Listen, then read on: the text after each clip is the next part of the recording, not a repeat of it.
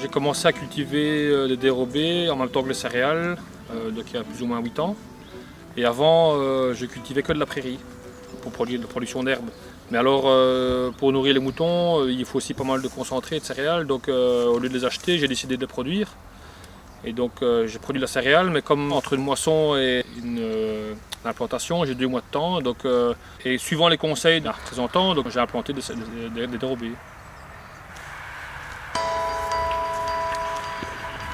La culture dérobée apporte d'abord une production de fourrage.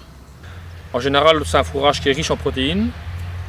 Après ça, il faut penser aussi à la terre. Donc, pendant 2 mois de temps, on ne va pas laisser la terre sans culture. Donc, l'idéal, c'est de couvrir le plus vite possible la terre d'une culture et pas forcément de mauvaises herbes, surtout en bio.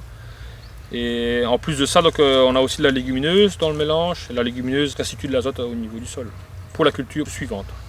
Donc voilà, ici j'ai une culture, j'ai une parcelle de dérobé que j'ai plantée relativement tôt. On a moissonné tôt, donc on a pu planter tôt. Oui. Et du coup, elle est déjà bien développée. Hein. Oui, c'est très bien développé. Donc, alors l'avantage principal, c'est en fait qu'elle peut également être considérée comme culture intermédiaire piège à nitrate et donc répondre aux exigences légales en matière de prélèvement de l'azote.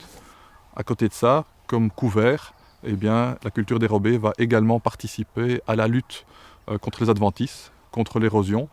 Elle va aussi structurer le sol, contribuer à maintenir le taux d'humus de la parcelle et dans certains cas jouer un rôle favorable pour la biodiversité.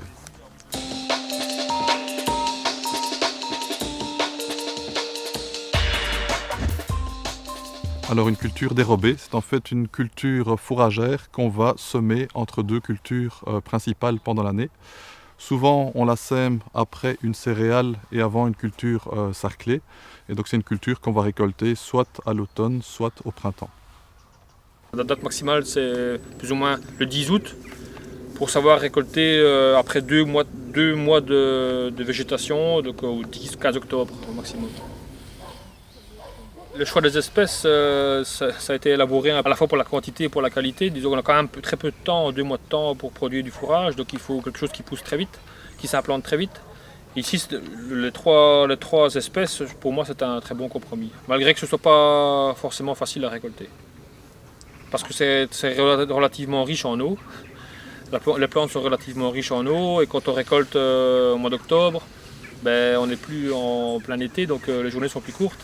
Il y a moins de soleil, il fait moins chaud, donc ça sèche moins vite. Donc les possibilités de mélange, en fait, elles sont nombreuses. D'une façon générale, en fait, on conseille d'associer une ou plusieurs légumineuses à une ou plusieurs graminées, de façon à avoir un fourrage de meilleure qualité et avec un plus grand rendement fourragé.